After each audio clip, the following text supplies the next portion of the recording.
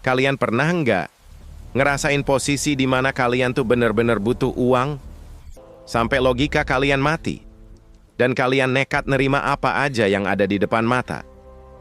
Kalian yang lagi dengerin cerita ini, coba komen di bawah.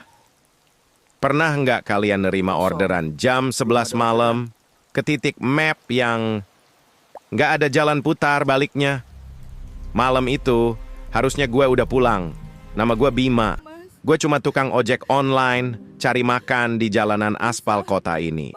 Malam itu hujan rintik-rintik, sisa sore tadi masih kerasa. Dinginnya nusuk sampai tulang.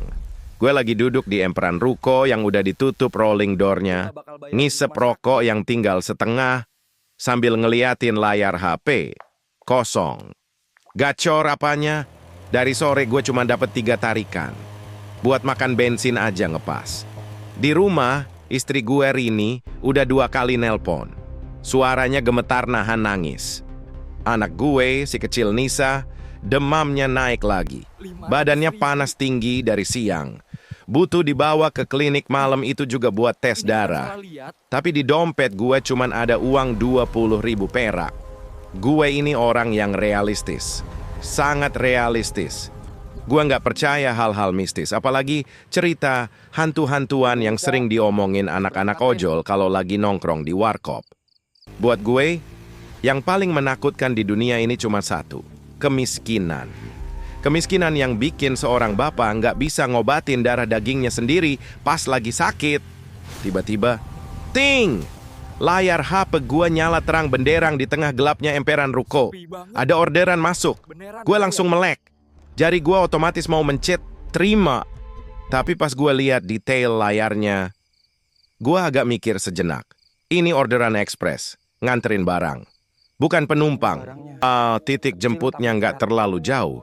Di sebuah rumah tua daerah pinggiran kota yang emang udah jarang dilewatin orang kalau udah lewat jam 9 malam.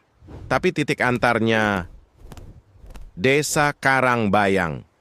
Gue tahu daerah itu. Itu bukan desa biasa. Itu kampung pinggiran kota, perbatasan langsung sama alas, kawasan hutan karet yang gelapnya minta ampun. Nggak ada lampu jalan sama sekali. Nggak ada sinyal kalau lo udah masuk lebih ke dalam. Ongkos di aplikasi? Gila.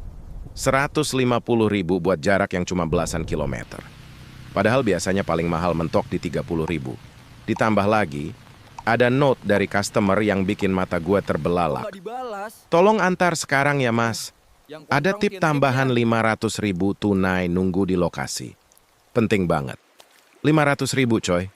Tunai. Otak gua langsung nerjemahin angka itu jadi biaya pendaftaran klinik, obat penurun panas, dan bubur ayam buat Nisa besok pagi. Logika gua langsung ambil alih. Ambil! Persetan sama desas-desus Karangbayang. Hantu nggak bakal bayarin rumah sakit anak gua.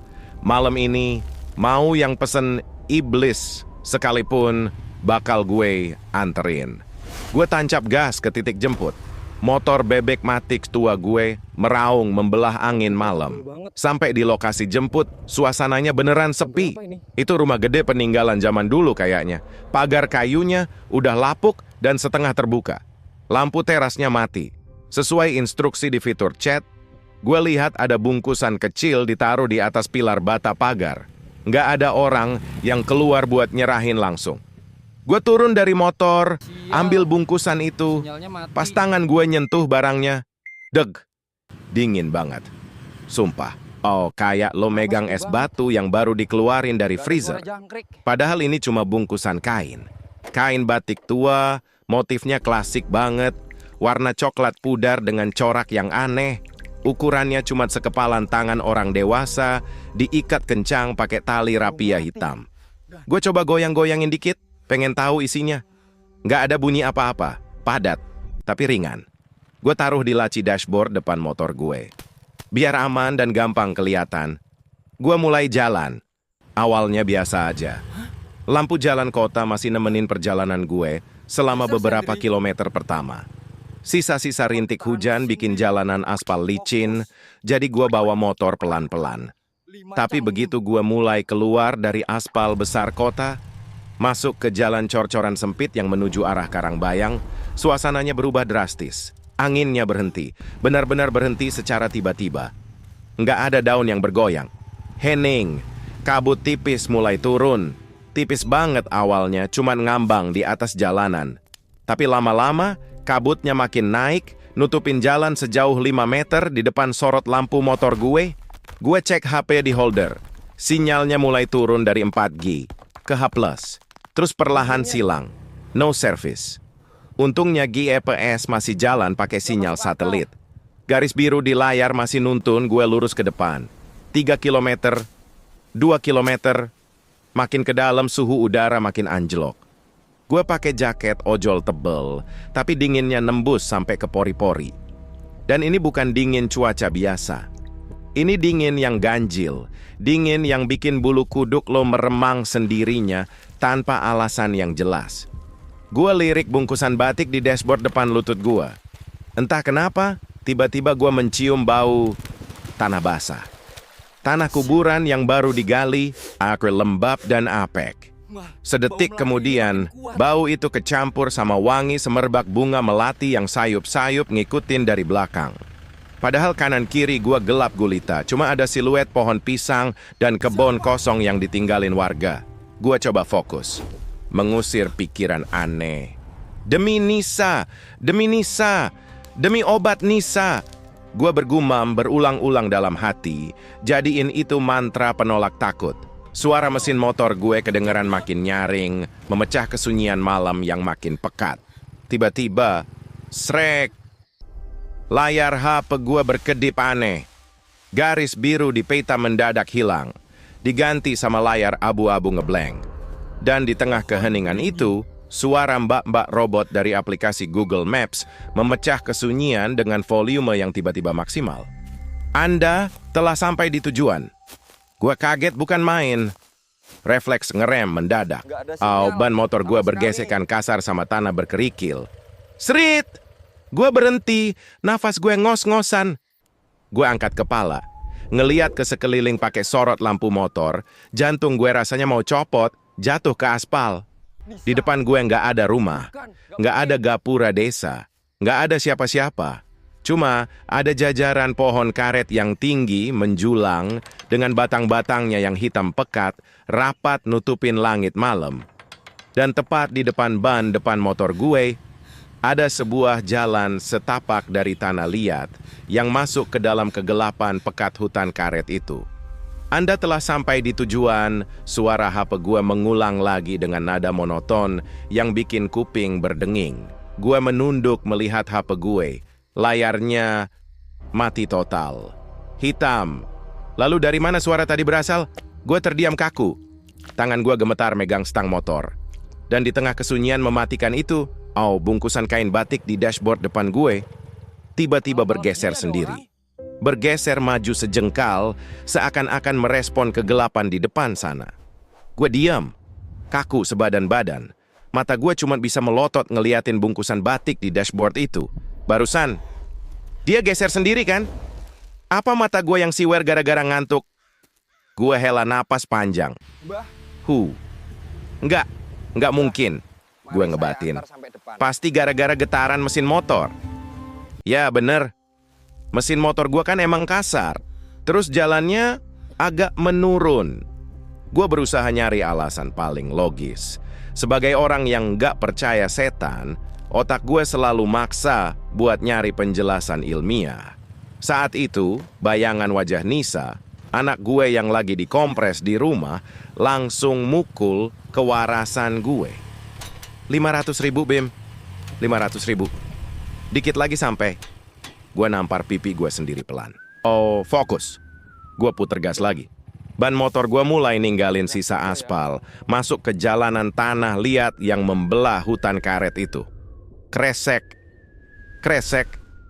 Cuma suara ban bergesekan sama ranting dan daun kering yang pecah malam itu. Sumpah ya. Masuk ke hutan karet malam-malam tuh rasanya. Beda. Kalian tahu kan? Pohon karet itu lurus-lurus, tinggi, rapat. Kalau kena sorot lampu motor, bayangan batang pohonnya itu jatuh ke tanah kayak jeruji penjara raksasa yang ngurung lu dari segala arah. Gelapnya bukan main. Kiri kanan, gue cuman ada kegelapan pekat. Kalau lu nengok ke samping, rasanya kayak ada ribuan mata yang lagi ngawasin lu dari balik pohon-pohon itu. Angin malam makin kerasa aneh. Nggak kencang, tapi nusuk. Dan yang bikin gue mulai nggak nyaman, suhu di sekitar dengkul gue kerasa dingin banget. Kayak lu lagi buka pintu kulkas. Air sumbernya dari bungkusan batik itu. Sambil jalan pelan, tangan kiri gue iseng nyentuh bungkusan itu lagi. Astagfirullah. Gue kaget sampai tangan gue refleks narik mundur. Dinginnya gila. Lebay kalau gue bilang ada bunga esnya, tapi sensasinya beneran kayak megang daging beku. Padahal ini cuma kain. Logika gue mulai berontak. Benda apa yang bisa nahan suhu sedingin ini di tengah malam, di tempat terbuka, tanpa wadah pendingin? Di saat otak gue lagi sibuk mikir, tiba-tiba bau itu datang lagi. Kali ini lebih kuat. Sret. Angin berhembus pelan dari arah depan, membawa bau tanah basah, tanah kuburan yang lembab, kecampur sama wangi melati yang nyengat banget. Wanginya itu bukan wangi parfum emak-emak mau ke kondangan ya. Ini wangi bunga segar yang ditaruh di atas gundukan tanah. Kalian paham kan maksud gue? Napas gue mulai nggak teratur. Bulu kuduk di tengkuk gue berdiri semua. Berdiri tegak sampai kerasa meremang di kulit kepala. Di tengah ketegangan itu, entah kenapa, memori di kepala gue tiba-tiba muter balik. Ingatan gue melayang ke obrolan di warkop seminggu lalu. Gue inget banget, ada satu driver tua, Pak Yanto namanya. Dia sambil ngudut pernah bilang gini ke anak-anak dengan muka serius. Kalian kalau ngebit malam, hindarin arah Karangbayang yang mepet gunung itu. Perhatiin jam kalian. Kalau udah lewat jam 12 malam, aspal yang kalian injak itu bakal kerasa beda. Karena di jam segitu, jalannya udah bukan jalan manusia lagi. Itu jalan raya alam gaib. Jalan raya alam gaib. Kata-kata itu tiba-tiba menggema di telinga gue. Refleks. Gue ngelirik jam digital di speedometer motor yang layarnya udah retak-retak. Angkanya nunjukin 00.15. Lewat jam 12, gue merinding hebat. Tiba-tiba HP gue yang tadi mati total nyala sendiri. Layarnya terang benderang, bikin mata gue silau sejenak. Tapi layarnya glitch, kedap-kedip aneh. Titik GPS biru gue muter-muter cepet banget kayak gasing. Sinyalnya loncat dari H+, hilang. Terus muncul lagi.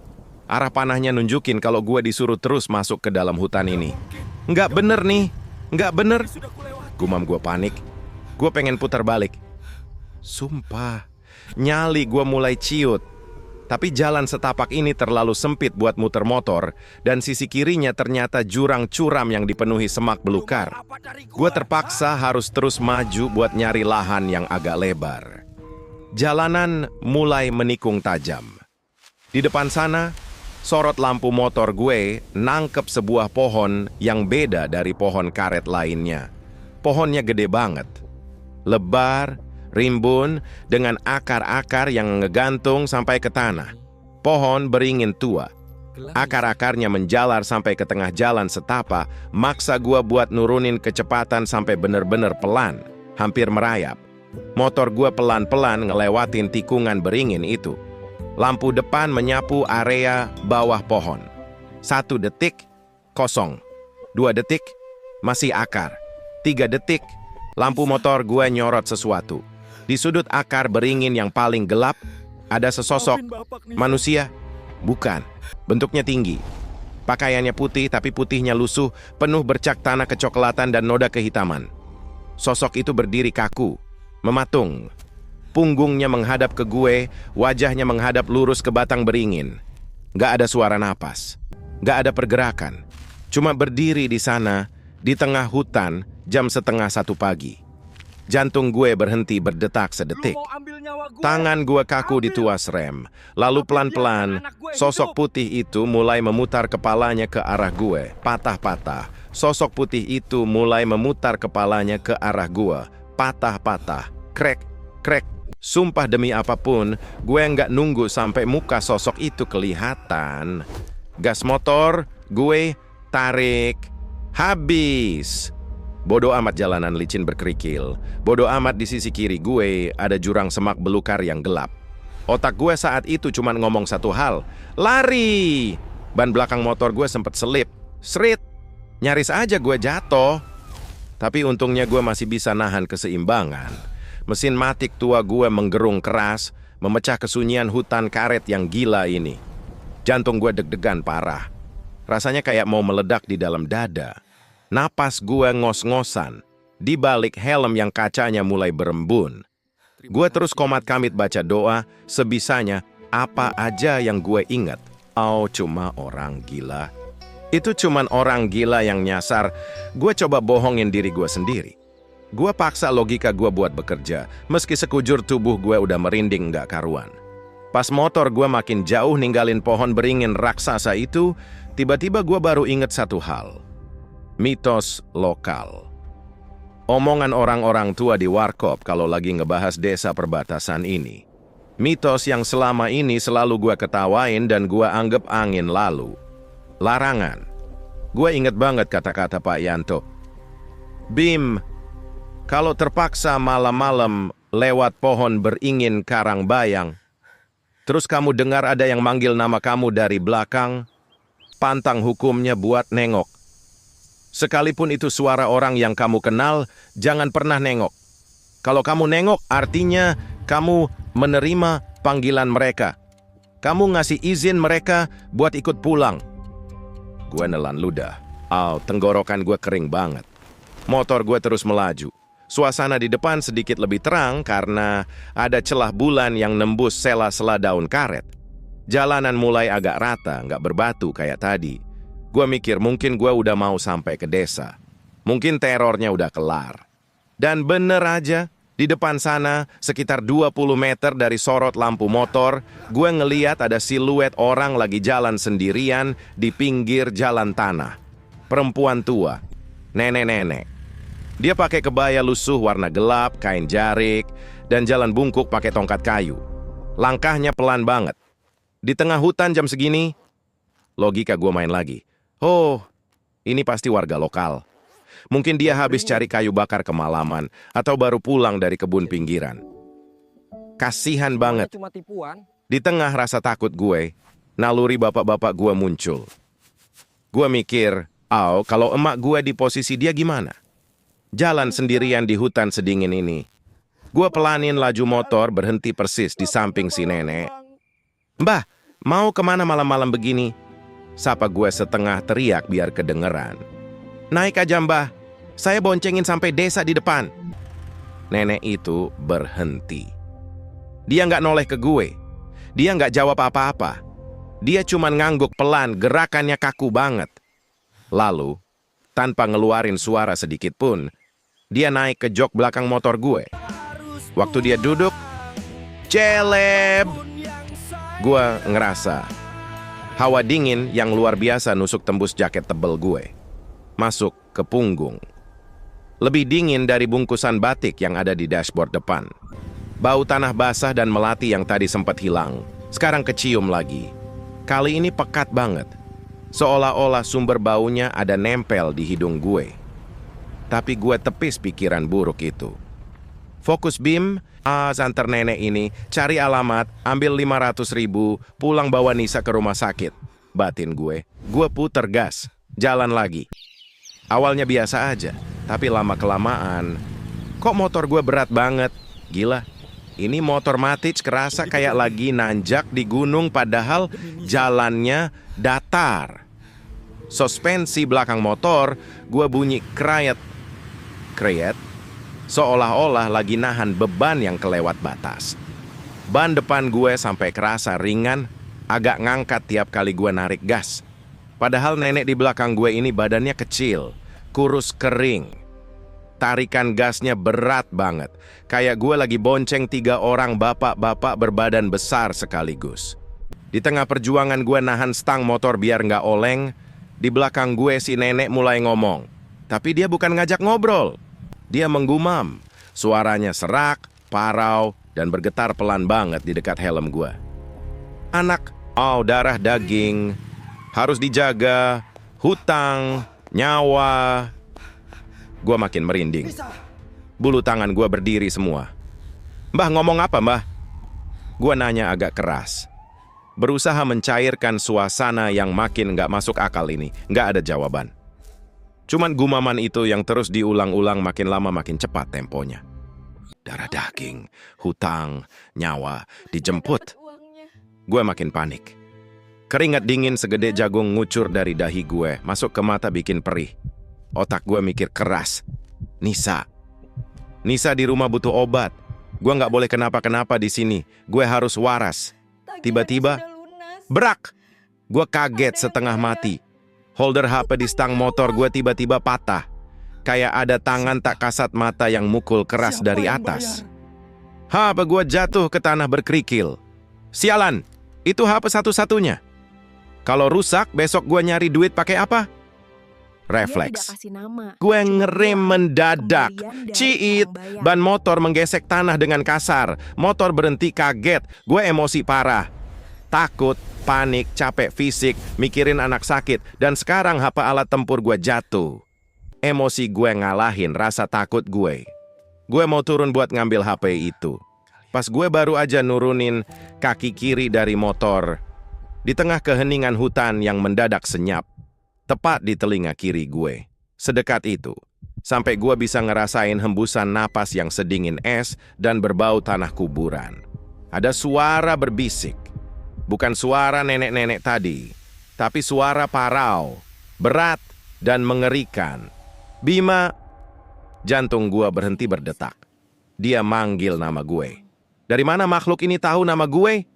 Dalam kondisi emosi campur aduk, capek, marah, karena HP jatuh, dan refleks karena kaget luar biasa, gue lupa. Gue bener-bener lupa sama pantangan itu.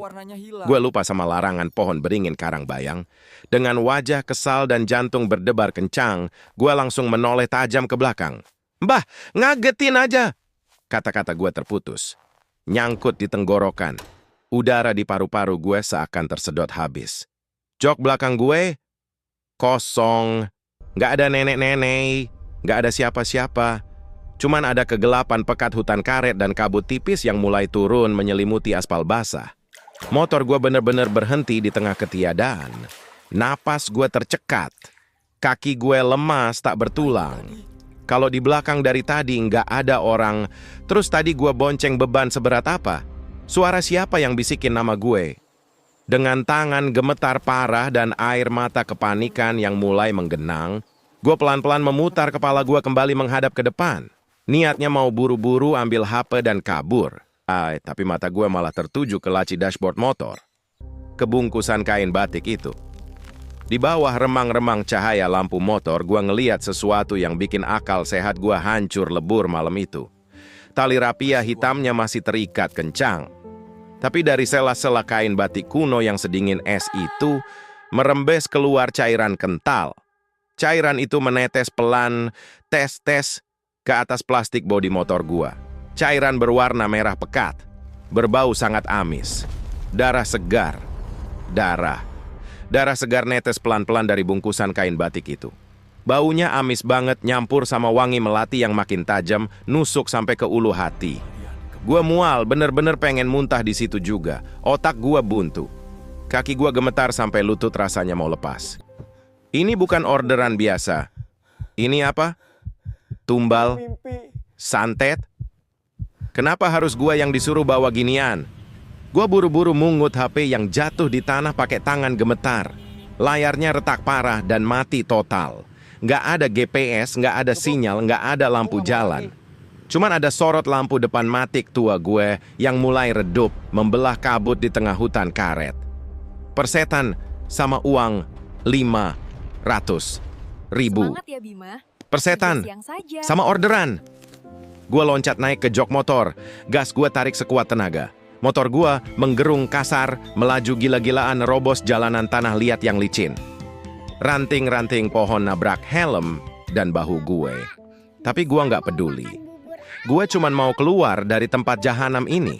Gue mau pulang. 5 menit gue ngebut. Harusnya, logika gue bilang, Jalan ini pasti nembus ke pemukiman atau minimal jalan aspal raya. Tapi, di depan sana, sorot lampu motor gue kembali nangkep sesuatu yang bikin napas gue tercekat. Sebuah tikungan tajam. Dan di pojoknya, ada akar-akar raksasa yang ngegantung sampai ke tanah. Pohon beringin itu. Pohon beringin yang sama. Enggak mungkin. Gue menggumam panik. Tadi gue udah lewatin ini. Pasti beringin yang lain. Ya pasti pohon lain. Gue putar gas lagi. Lebih kencang. Ban motor gue selip kiri kanan ngelewatin lumpur basah. 10 menit kemudian, tikungan itu muncul lagi.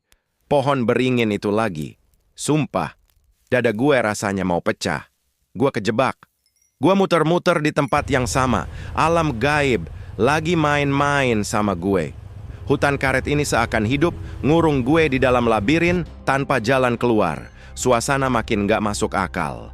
Dari ekor mata gue, setiap kali lampu motor nyorot sekilas ke sela-sela batang pohon karet yang rapat. Gue mulai ngelihat mereka.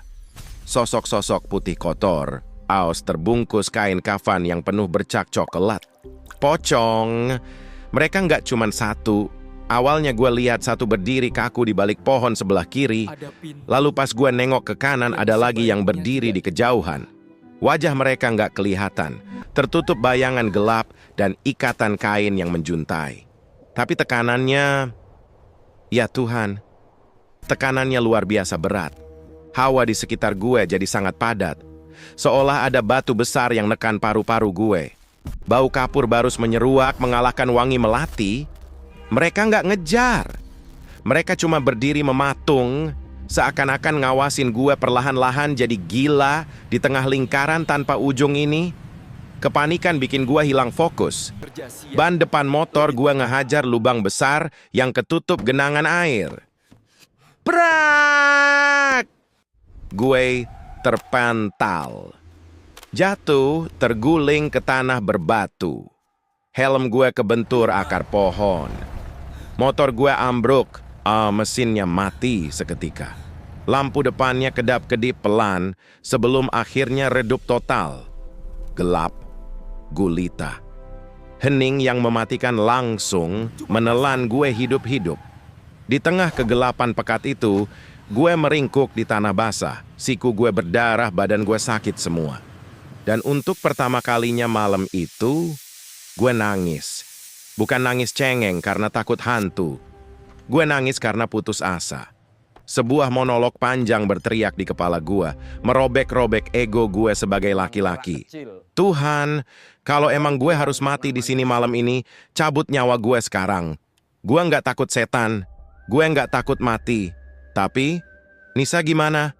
Anak gue lagi demam tinggi di rumah. Rini sendirian ngurusin dia tanpa uang sepeser pun. Kalau gue mati, besok mereka makan apa? Siapa yang bayar biaya klinik Nisa? Siapa yang ngelindungin mereka? Bayangan Nisa yang lagi terbaring lemas dengan handuk basah di dahinya tiba-tiba muncul jelas banget di kepala gue. Rasa takut gue perlahan-lahan berubah. Keputusasaan itu bermutasi jadi kemarahan.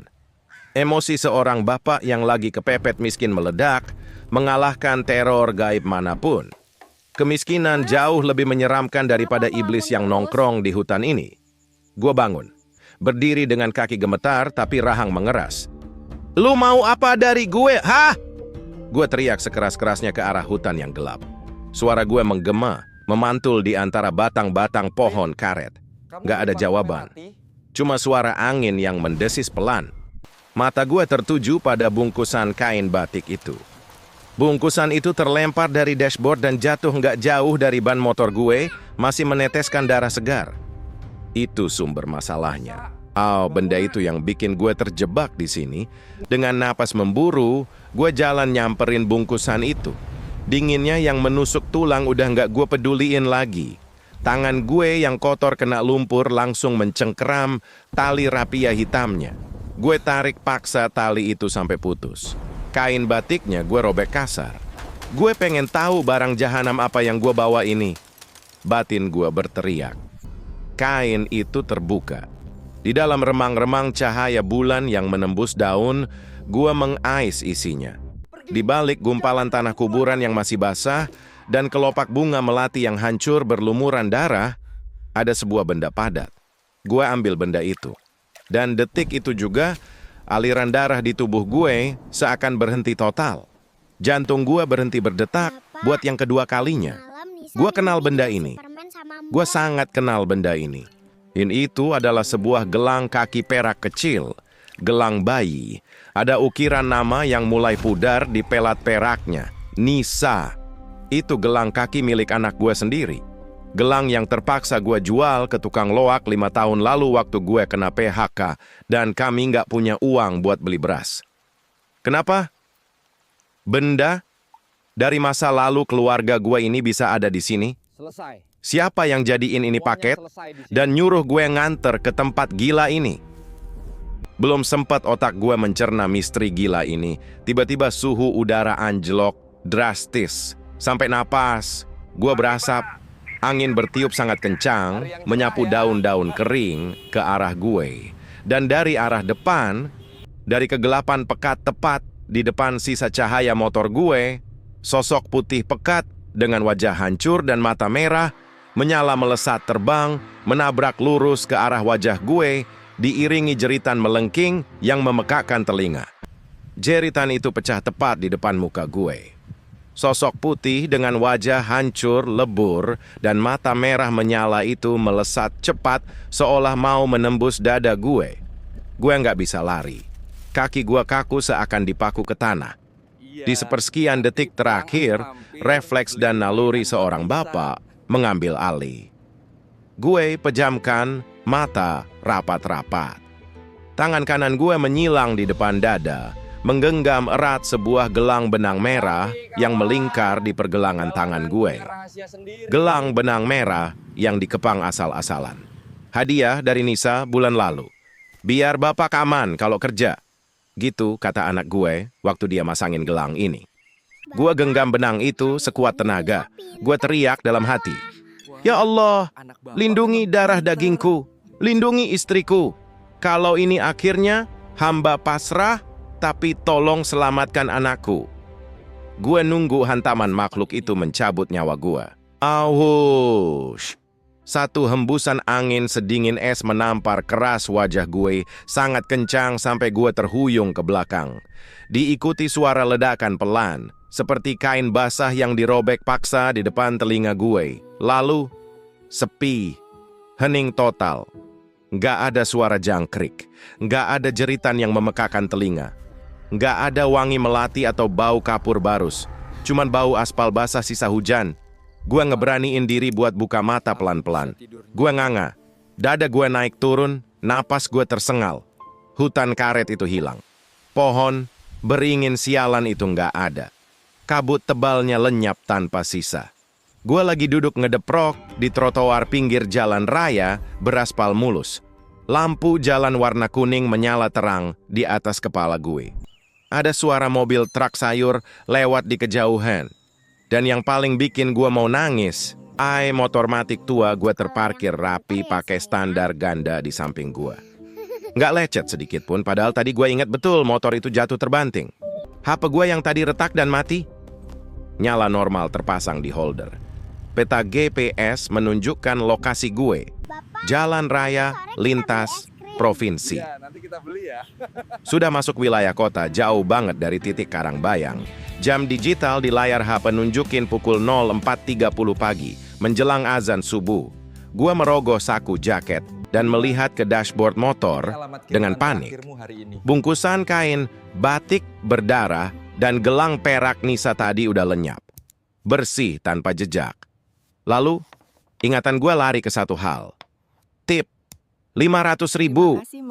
Waktu di rumah tua pas ngambil barang, gue sempat melihat ada sebuah amplop coklat terlipat di bawah bungkusan batik itu. Amplop yang karena saking buru-burunya, cuma gue selipkan ke dalam dompet tanpa sempat ngecek isinya. Dengan tangan masih gemetar hebat, gue keluarin dompet dari saku belakang. Gue buka resletingnya. Kosong. Nggak ada lembaran uang 500.000.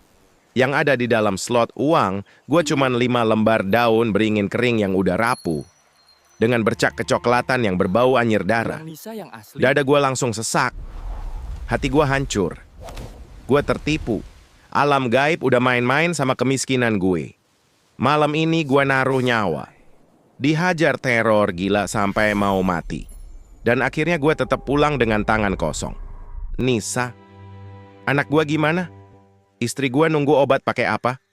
Gue buang daun sialan itu ke jalan. Sambil menangis menahan sesak di dada, gue naik ke motor dan langsung tancap gas menuju klinik 24 jam tempat istri gue nunggu. Pikiran gue kacau balau. Gue ngerasa jadi bapak paling gagal sedunia. Jam 5 pagi lewat sedikit, gue lari masuk ke lorong IG The Clinic. Helm masih gue pakai, baju gue kotor penuh lumpur kering.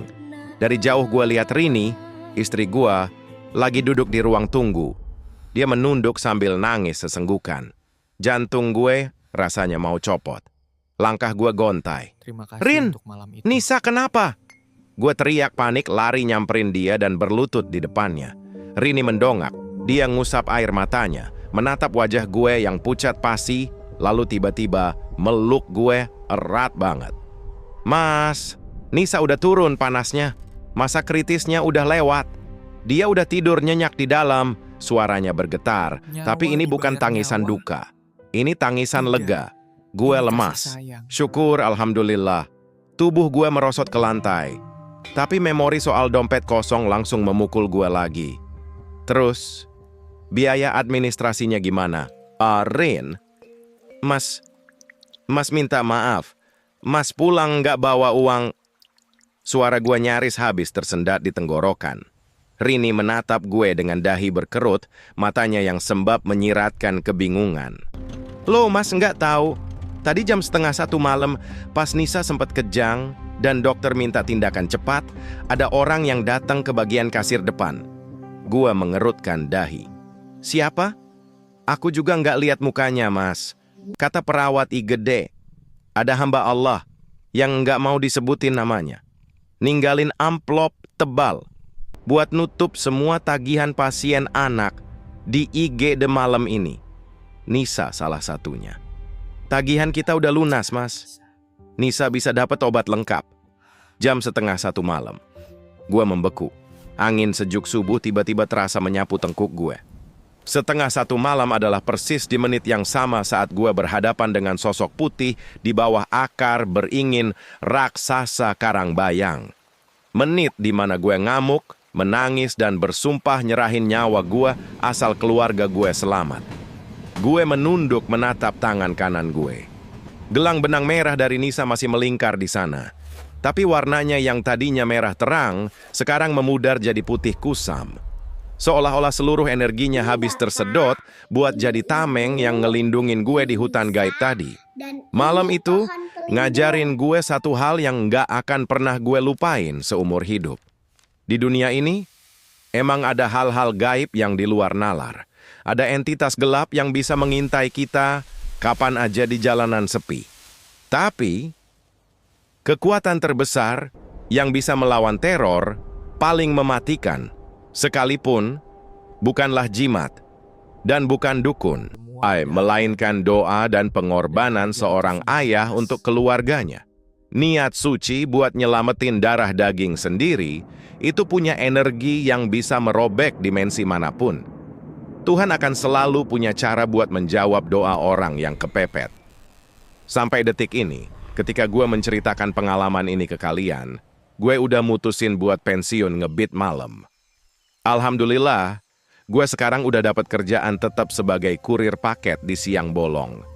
Tapi, ada satu misteri yang sampai sekarang masih bikin bulu kuduk gue meremang kalau tiba-tiba kebangun di tengah malam. Siapa sebenarnya entitas yang ngirim orderan itu dari rumah tua? Kenapa dia pakai gelang perak kecil milik Nisa, gelang yang jelas-jelas udah gue jual ke tukang loak bertahun-tahun lalu sebagai medium pemanggilannya?